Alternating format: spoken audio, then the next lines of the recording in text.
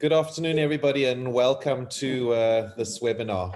I am really excited to be hosting all of you. My name is Carl, and I work at the brand and client engagement team at Easy Equities. And I've been doing that since we started late in 2013 with no clients, and now there are over 800,000 registered users. I'm delighted to be joined by Stefano Marani, the CEO of Renergen. As all of us know, I think they're an emerging helium and domestic natural gas producer, and they hold the rights to rich renewable natural gas fields. Renergen is dual listed on the JSE and also in Australia. I'm even more delighted to have many of the Easy Equities community on this webinar. Like you, many are proud investors in Renergen, using both our South African and our Australian wallets. And many of us have been investors for a while, not just when the latest price surge happened. So we are loving you and your team even more, Mr. Marani. You know, there are about 7,000 of us, Easy Equities, that hold Renergen. And what's fascinating is that most are way, way younger than me and you for that matter. They are majority under 30. The millennials definitely are loving Renergen. So I'm going to be asking Steph some questions, and I'm also going to be taking questions from the community. Please post these in the Q&A section, not in the chat. Otherwise, we won't be able to keep track. So post away in Q&A. And we're going to limit the questions to Renergen, not general Easy Equities questions. For those, please go to support.easyequities.co.za. So without any further ado, because there are a few hundred of us on this call or the webinar, I'm going to start with the questions. So firstly, Steph, thanks so much for taking the time to talk to Easy Community.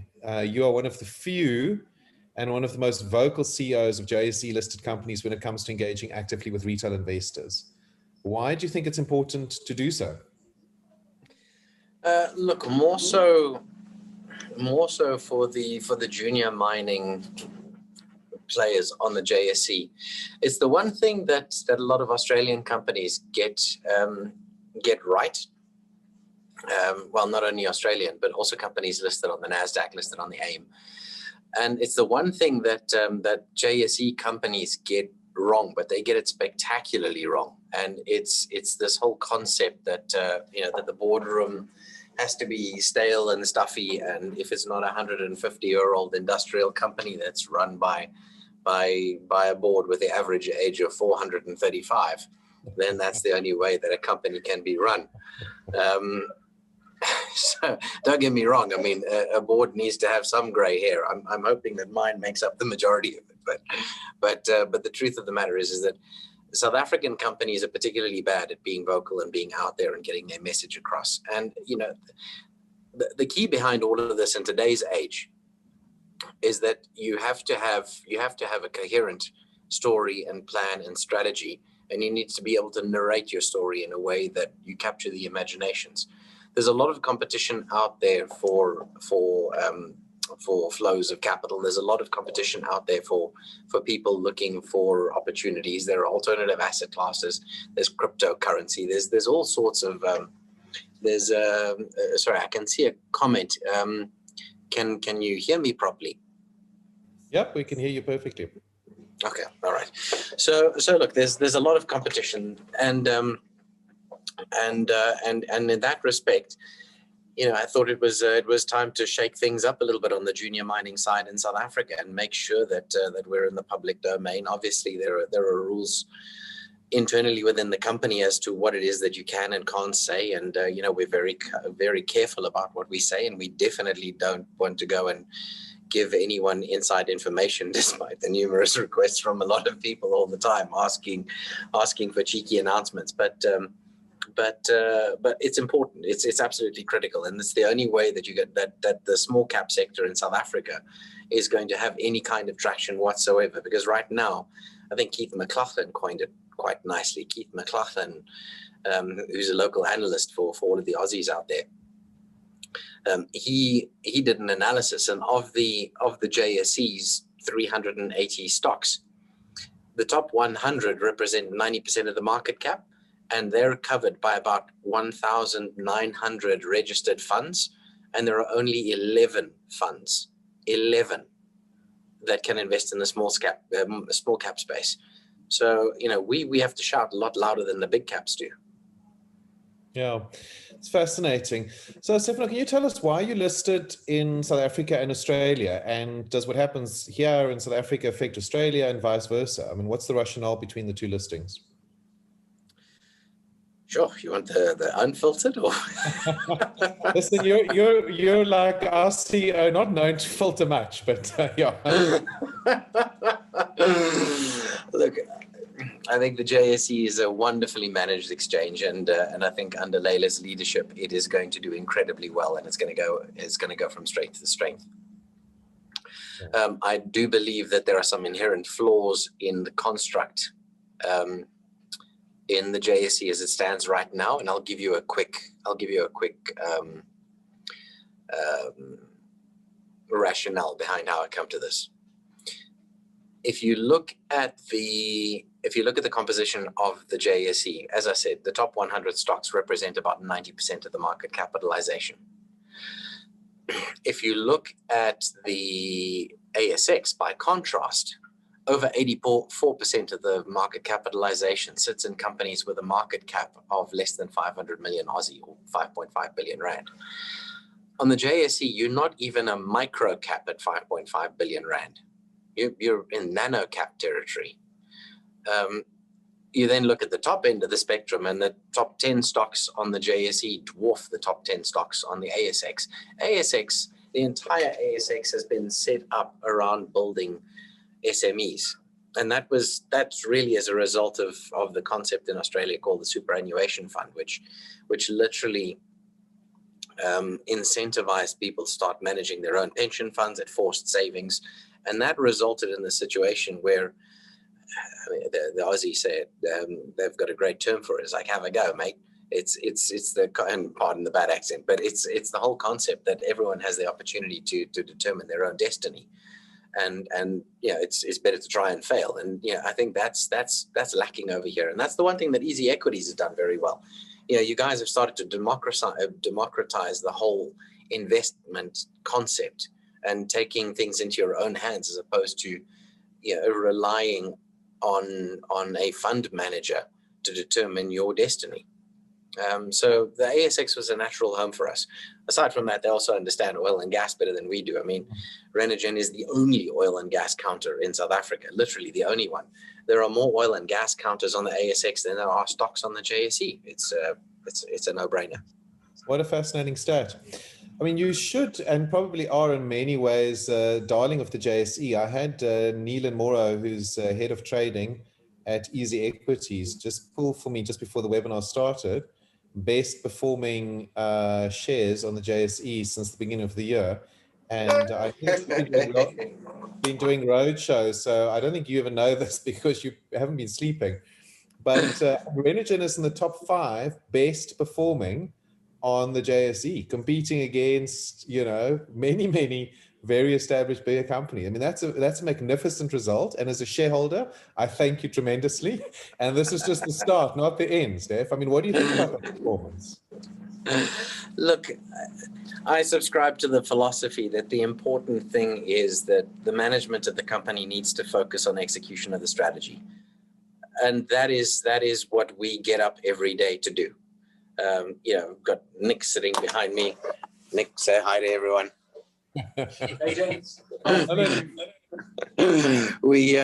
We share an office, we spitball ideas. Yeah, I've got his back, he's got mine, and then we're backed by the most ridiculously impressive team you can imagine. And everyone gets up in the morning to come to work, and we're all focused on one single-minded goal, and that's global helium domination. But aside from that, we also have a day job of executing on the strategy, and the share price is great. Don't get me wrong; I'm a shareholder myself, but you know, I don't get up in the morning and check the share price. I get up in the morning and I check my emails and I make sure that everything's going right, and you know, the share price will follow. It's great that we're having this run. I think it's absolutely awesome. I really hope that that people are enjoying the ride, and you know, and continue to be supportive. We will have ups and downs. As much as this is great, it's you know, the probability is 100% that at some point there will be an equal and opposite. yeah, not seeing that on the horizon yet, but yeah, it's a foregone conclusion. Every company has its cycles. But yeah, what's important is that we all get up in the morning to execute the strategy. Absolutely. So something I want to ask you about, which I don't think we've shouted enough about in the market, is Cryovac, the innovation that Renergen spoke a little bit about, a couple of weeks back. But maybe tell us a little bit about Cryovac and whether you think that has anything to do with your share price and what you see in the future for that innovation. It's quite a special little project, actually. So if you think about the timeline on that thing, the designs, I did the designs on the 4th of December and then sent it to the engineers in the afternoon of the 4th of December.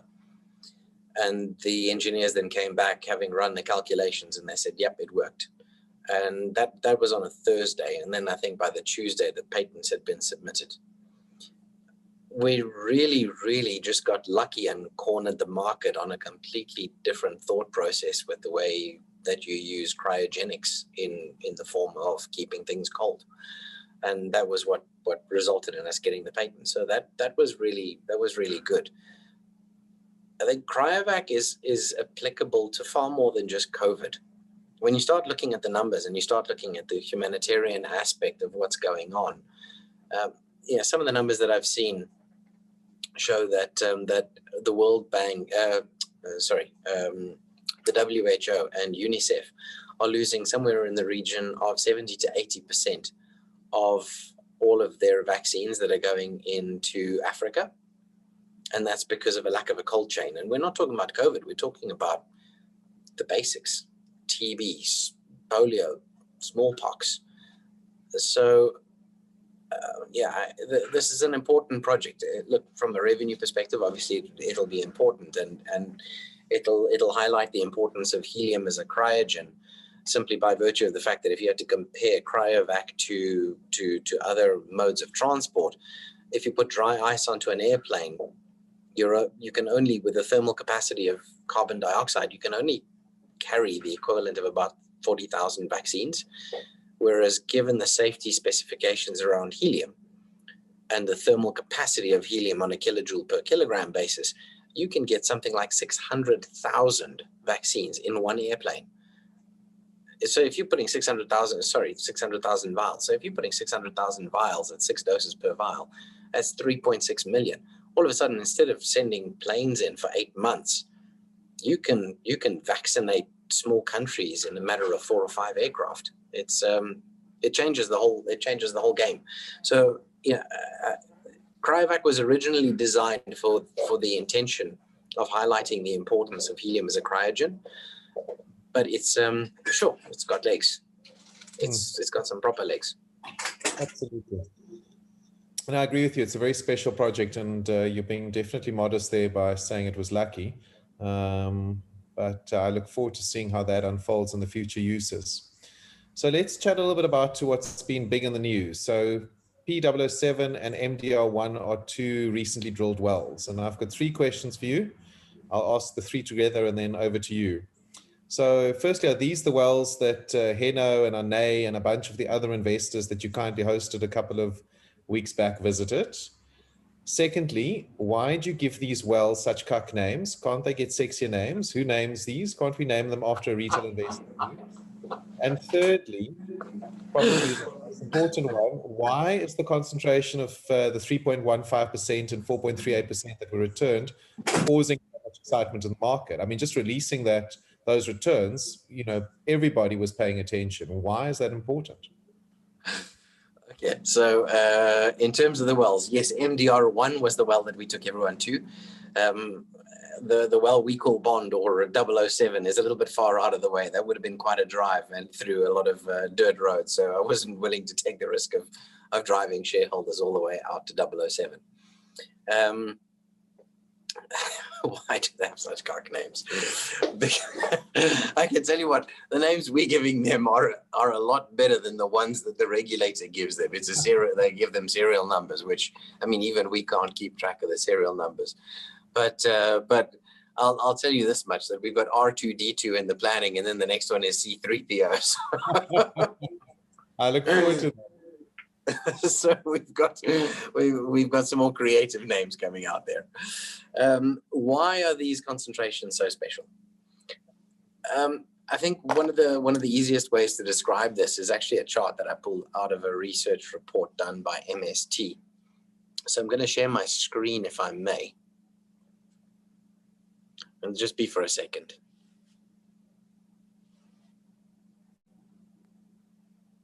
Okay.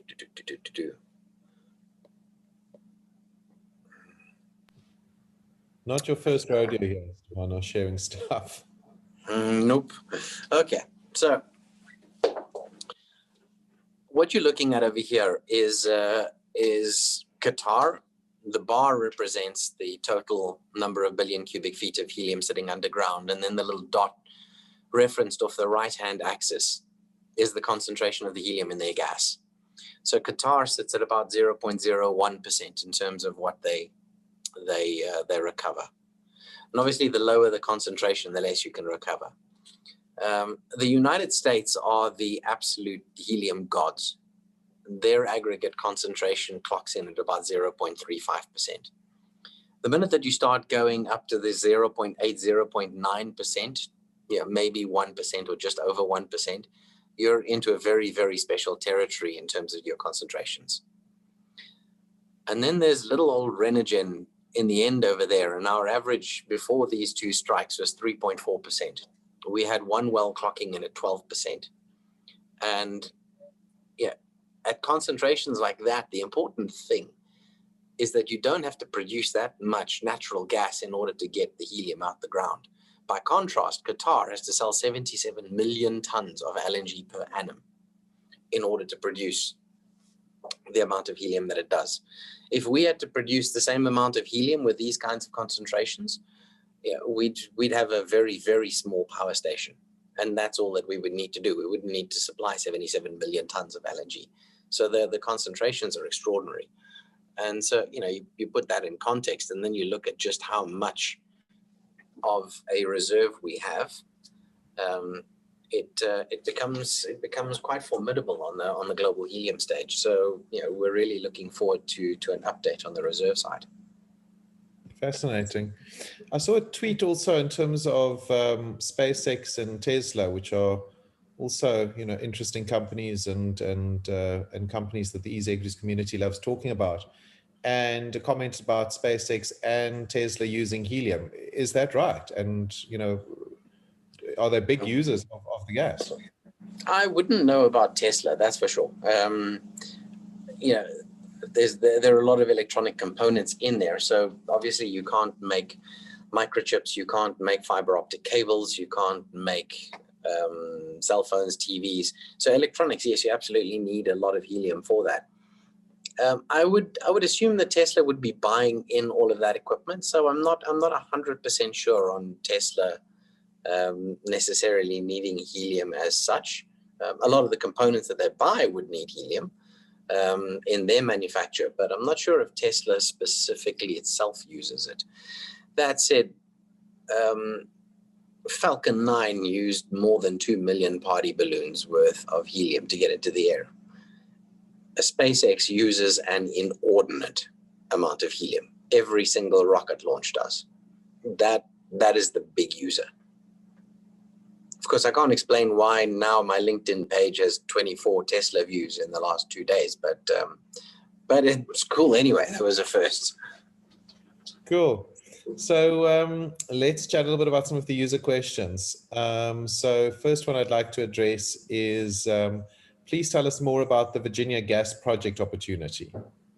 And also, if there are any that you can't answer for various regulatory issues, then please just take a pass, obviously. Yep, absolutely. Virginia gas project is really it's one of the most remarkable stories you'd ever hear. I mean, it's just insane. When Nick and I bought it all the way back in 2013, we were buying it because there were 4 holes in the ground, and the holes were attracting flies because flies are attracted to methane. That's how they find their food. And the intention was that we were going to put down 4 gas generators and produce 1.4 megawatts of power and sell that power to a nearby mine, Sibanye. It was a little sideline project. And then the gas company, the gas generator company, told us that they needed to measure the gas concentrations. And the previous owners that we bought the field off of had been taking gas samples and leaving them in bags, plastic bags, and leaving them in the back of their pickup for a month. And we all know what happens when you leave helium in a balloon for a prolonged period of time.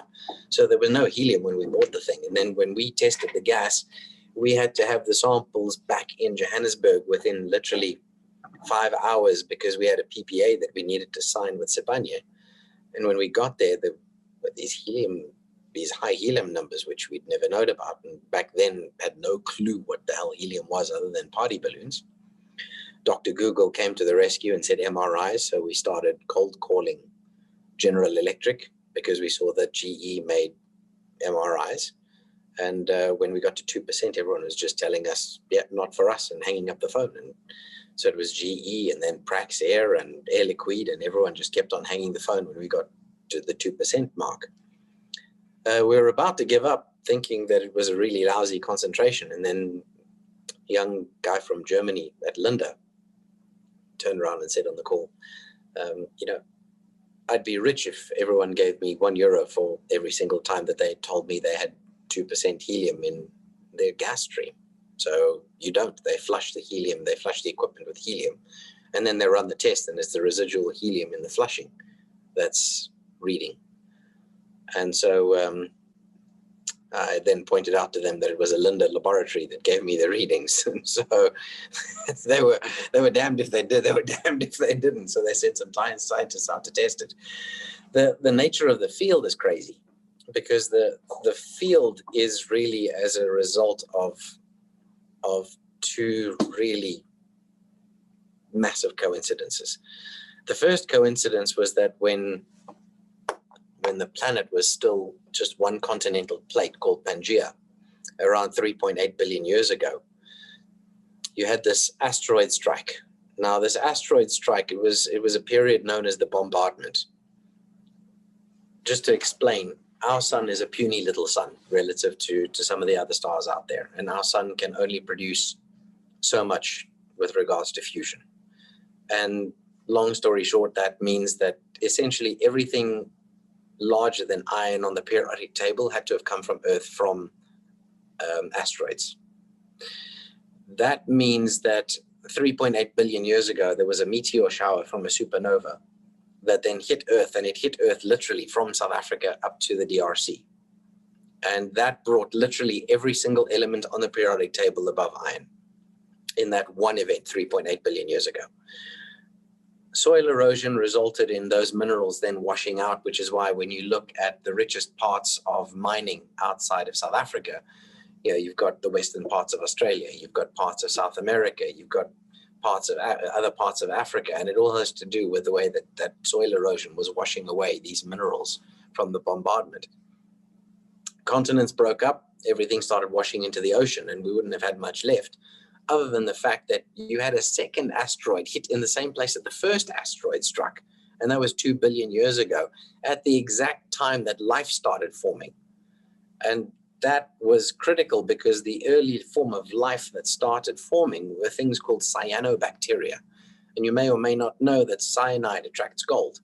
And so the cyanobacteria, which were now feeding off of this large pool that was created by the asteroid, which was then filled with seawater because of the impact, resulted in all of this material that was being washed into this large pool now, as opposed to into the ocean. With the cyanobacteria then reacting with the gold, it resulted in what we know today as the Wits Basin and the Bushveld complex. And that holds 70% of the entire planet's gold. And underneath our field, there's a few 100 million tons of uranium, which is why all the helium is there. It's just bizarre. So, I hope in many ways that you make lots of money quickly so that you can go on to a next profession and be a teacher, because I think the way that you explain stuff that is not easily understood is fascinating, Steph. So I hope you consider teaching as your next profession. Thanks for that. Really interesting stuff. A question for Michael. Does Renergen have specific plans in terms of new renewable energy generation production projects in South Africa?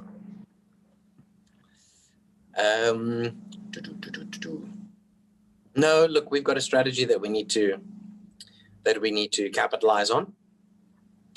We've got a lot of irons in the fire. If that's a cheeky question relating to are we submitting an application for the SpaceX X Prize, maybe. We'll see. We've got some ideas, but they're pretty oddball ideas. I think anyone that's ever met me knows I'm a little bit eccentric, but yeah, that's just a little sideline thing. The key over here is that there is a primary strategy that the company is focused on executing, and that's what we're working towards. And to the extent that we have spare capacity and great ideas, we'll attempt to capitalize on those and see how they go. Cryovac was one of those examples. Yeah. Tell us a little bit about your green act. So eco-friendly, your water treatment, air emissions, plant a tree campaign. A couple of users are interested in what you're doing for the environment, please. So first and foremost, a lot of the innovation that we've come up with all have carbon reduction strategies associated with them. So, one of the biggest things that we did was to innovate the use of the exergy. Just explain what exergy is. Exergy is negative energy, or basically cold. So LNG is stored at minus 162 degrees Celsius, and it needs to be brought to room temperature before you can use it in a truck. And so instead of just putting it on the back of a truck and then gasifying it, shoving it into the engine, we've come up with a system that you can put it underneath the trailer, and by putting it on the trailer, you then bring it to room temperature inside the food box.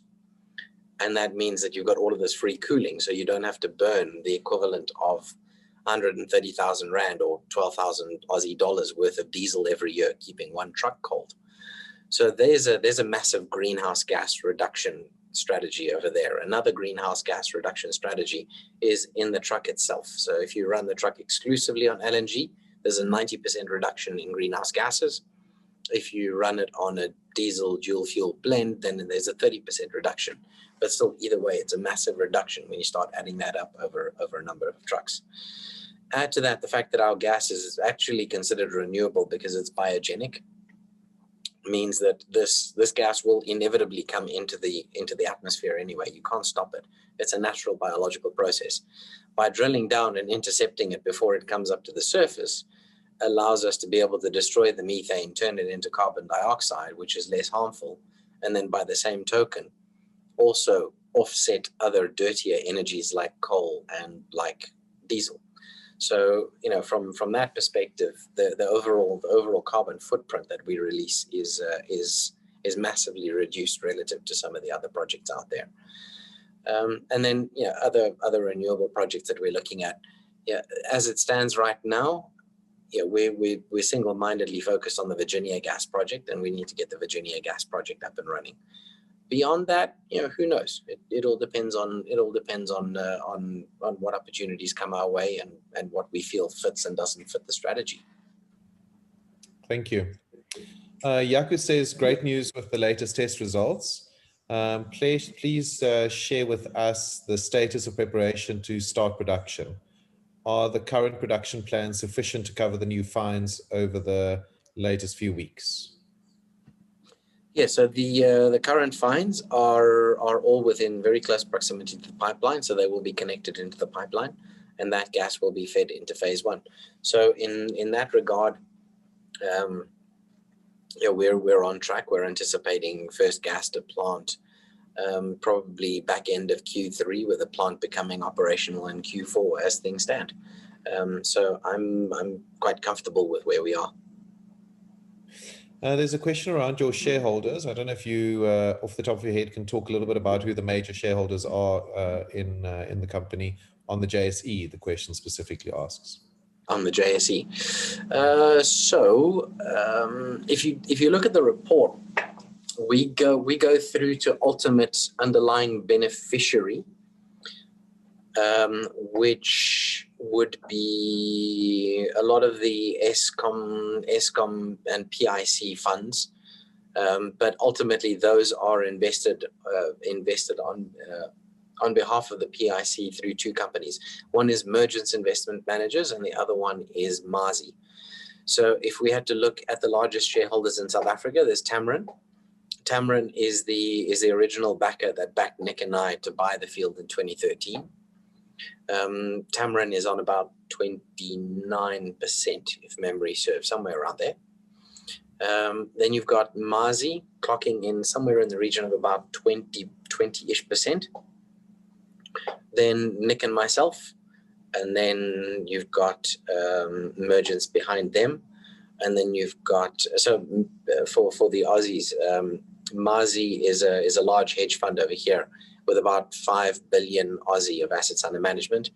Mergence is also a large hedge fund manager over here with probably around 3 billion of assets under management. And then I think the next is, I'm guessing, Sanlam with about 3%ish. And Sanlam is, I think, the biggest fund on the continent, clocking in at, I'm guessing, somewhere around, if I'm not mistaken, 200 billion Aussie of assets under management, 250 billion of assets under management. So there's some big instos, and then we've got smaller positions held by some of the other big instos, Old Mutual, all big household names over here in South Africa. Yeah, and I just, and it's not a plug for Easy Equities, although in some ways I suppose it is, but just to underline or underscore the point that, with just about 7,000 retail investors, that's phenomenal, because these are people, whether it's, again, Heno, who's a teenager, me, who's, ancient and turning 50, and everybody in between, we're sticking with you going forward. It's not just a couple of investors, a couple of the big guys. And for me, that's very exciting. And, I certainly look forward to seeing when you're done with your current projects, what's next.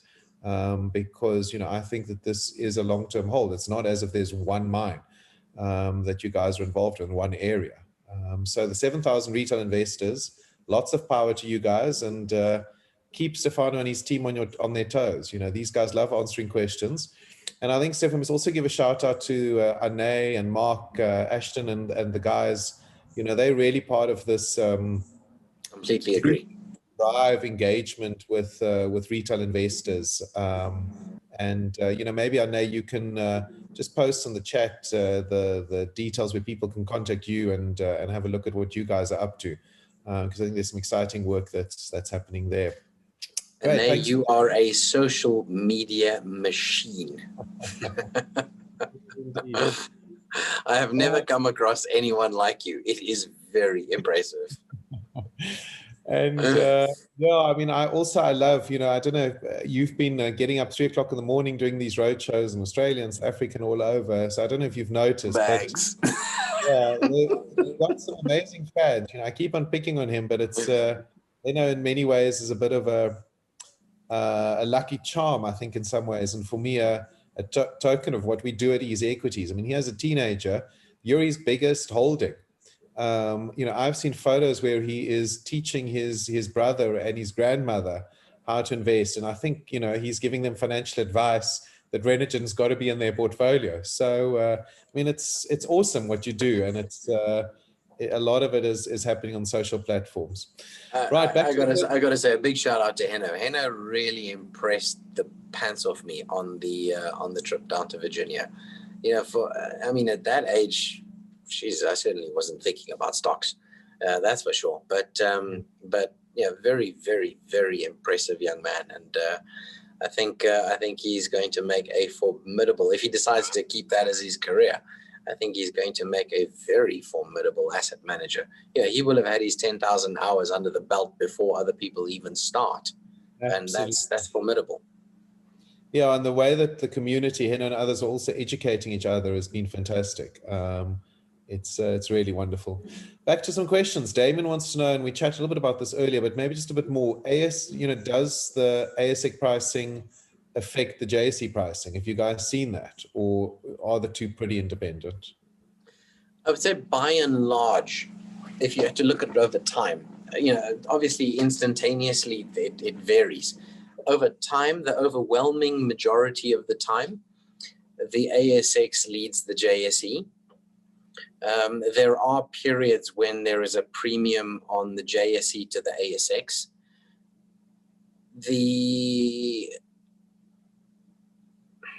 I'd say on the whole, and if not just Renergen, you've also got to look at companies like Montauk, CarTrack. These are all dual listed companies.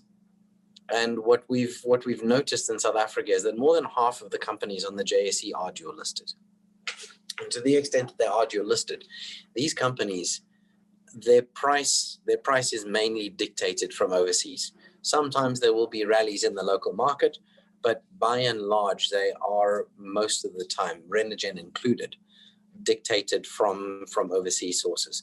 And this is truly a function of, especially I need to come back to a point that I made right in the very beginning, Carl, which was the whole concept around the small cap space being as unloved as it is in South Africa, because Jesus, we really are unloved in this country. It's quite sad. So you've got so little institutional appetite for anything that isn't in the top 100 stocks. It means that you don't have any sophisticated investors or any market makers providing any significant liquidity locally. And to the extent that you've got no liquidity locally, foreign markets tend to give you the liquidity. And if you look, we were trading by appointment only until such time as we actually listed on the ASX. And then all of a sudden things changed. Then all of a sudden, FOMO crept in, and the South African asset managers were like, "Well, what the hell? Why the hell are the foreigners capitalizing on our asset?" And then all of a sudden they woke up and cottoned on to the fact that you've got this amazing asset here in South Africa, and that's not just Renergen. I mean, you've got Orion Minerals, you've got all of these wonderful companies in South Africa that have such fantastic prospects. And you just really have a very, very narrow band of investors locally that have absolutely no idea what they're doing, unless it's FMCG or financial services, or property. That's my other pet bugbear. Those are the only three sectors that the asset managers in South Africa actually seem to understand. Otherwise, they're just clueless. Absolutely. And I think, often it's them not taking the time to engage with people like you that are happy to engage with them to learn and grow their understanding. So I want to ask a question that Ines has posed, which also a very engaged investor and another smart person. So this question certainly makes no sense to me and may not to others, but I think it will be interesting and you can break it down. Is the 164 MCF a steady flow rate, or do you suspect it to decrease? So tell me what it means and then answer it, please. So, and I just need to also point out anecdotally just how bizarre the oil and gas industry is. I mean, I wasn't an oil and gas, I'd never done oil and gas before I got into this project. If it's a little m, then it means 1,000, which is Latin mille. If it's a capital M, then it relates to million, but that can only be used for currency. It cannot be used for gas as volumetric. Okay. That's just how bizarre the oil and gas industry is. So whether it's capitalized or not capitalized actually tells you whether it's a currency or a volume. So is 164,000 standard cubic feet or scuffs sustainable? At the moment, yes, it is. Look, it's only grown from the 80,000 roughly up to 164,000, and we're expecting that lost circulation material is going to continue to dry out. So I'm pretty comfortable. If you look at the other blowers that we have on that fault line, HDR1 does 250,000 scuffs. MDR5 didn't even hit the fault. It's about 10 meters away from the fault, and that's blowing 80,000 scuffs. 1307 is on the fault line, 1 kilometer north, but it's on the fault line. That's blowing 210,000 scuffs. I'm not concerned about the 164,000 going down at all. I think that's kind of par for the course now for that well. Thank you. One of the investors wants to know if you're going to be paying dividends. When we have them to pay, absolutely. We're certainly not going to be one of those companies that hoards the cash for no reason whatsoever. The minute that profits start coming out of it, I'll have to say I've also got a decent chunk of shares over there, so paying myself a dividend is also the prospect of that is also quite appealing. So I think we're all aligned in terms of earning dividends. Now that said, that doesn't mean I'm going to pay one this year, because we were not going to have one to pay this year. We're still building a plant, but when the plant is up and running and the company is profitable, absolutely, we're paying dividends. One of the users says, thanks very much for the session. I've heard that Renergen currently has one customer only. Will this change in the future? Yeah, it's absolutely true that we only have one customer. That's because we only built a pilot plant as a proof of concept. And so we never built a plant that could supply more gas than just one customer. That was never the plan. We never intended to make a profit from that plant. We built it literally just to run 10 buses. That's all we did. So yes, as soon as the LNG plant is up and running, and we've got the filling stations with Total all lined up along the highways, then we're gonna have a fair number of customers. I want to just take a pause there. We've got about 10 minutes to go, but I want to talk a little bit about you. So for those people listening, we didn't prepare any of the questions. And one of the things I love about CEOs like Stefanos is that you don't need to, and that they're happy to chat about everything. I, by the way, to arm wrestle my colleague Stano and Lesedi to host this webinar because they wanted to. But I decided for once I'm going to pull rank, because I really have been so inspired by what you and the team are doing. And I'm keen for the users to understand a little bit more about, what makes you tick. For me, investing through easy equities is also, yes, it's about money. Yes, it's about future sustainability personally. But I love the fact that, in this webinar, I'm learning about mining, stuff I knew nothing about. I love the fact that I can, get involved in industries that make the economy what it is. And behind that are leaders like yourself. So now you're clearly not perfect. Nobody is. You called yourself a little bit eccentric, but maybe just what is your background? Where did you come from? What did you study? Did you study? Just a little bit about yourself. Parents of immigrants, first generation South African. First language I ever learned to speak was, funnily enough, Afrikaans, because I grew up in a very small Afrikaans community called Standerton. So ek is 'n plaas Japie en ek kan die taal gooi, maar nou is my Italiaans beter as my Afrikaans. So I've got family back in Italy. Studied at went to Bryanston High, then studied at the local university.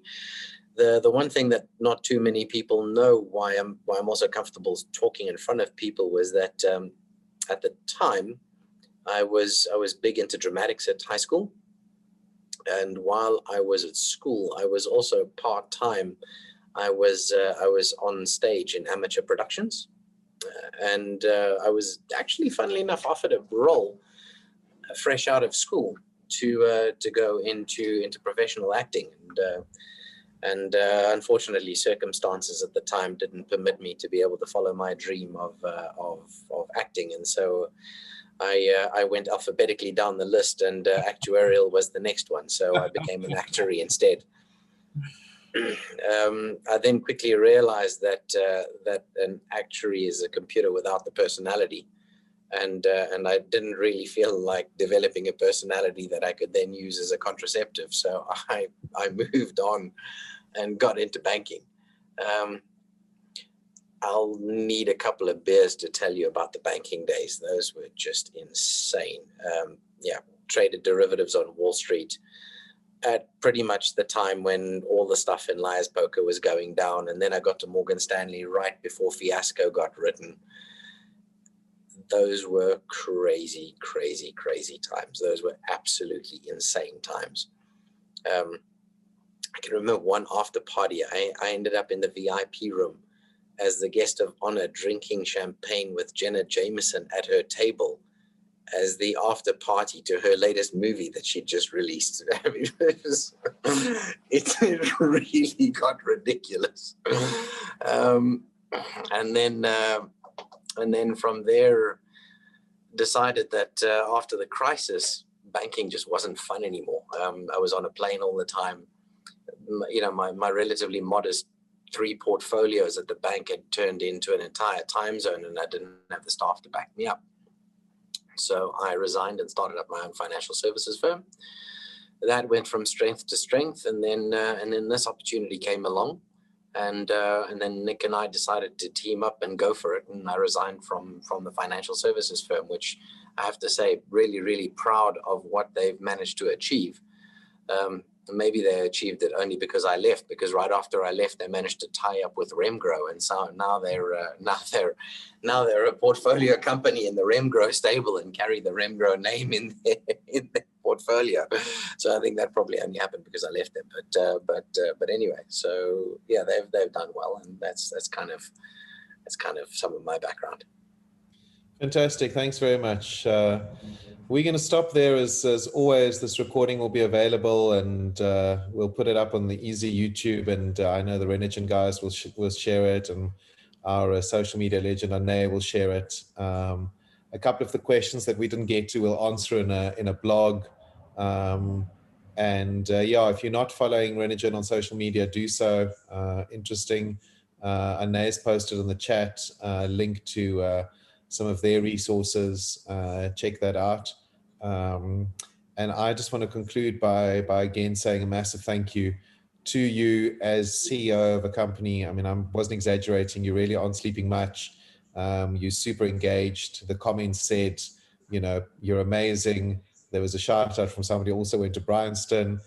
Somebody said you can be a stand-up comedian. So thank God that you kept your personality and your brains. Thanks for the massive difference you're making in the economy for us as shareholders. And we wish you and your team well. I hope that you continue to enjoy what you do, that you have fun. And this has really been fascinating and interesting. And we wish you the very best of luck as you continue with your dream. Thank you very much. Really, really appreciate that, and thank you to the entire Easy Equities team, and those poor Aussies that decided to stay up until this late hour. I really do appreciate it. Thank you. Yeah, it's been great getting all of the support. Keep it coming. Keep the comments coming. For all of the hate mail, send that too. I find the hate mail particularly useful. Jesus, heaven knows I've been getting a lot of that, but yeah, keep all of it coming, because the hate mail is just as useful as the positive comments are. So. Look, thank you, everyone, and yeah, watch the space. We will indeed. And final comment is just to the Easy Equities community, the retail investors. You guys rock. Do the research, carry on listening, learning from each other, trust yourselves, and congratulations, you guys are changing what investment's about, and it's really a privilege to be a part of the community. Have a great rest of the afternoon in South Africa and Australia in your crazy hour. Best of luck, and thanks very much, everybody. Goodbye.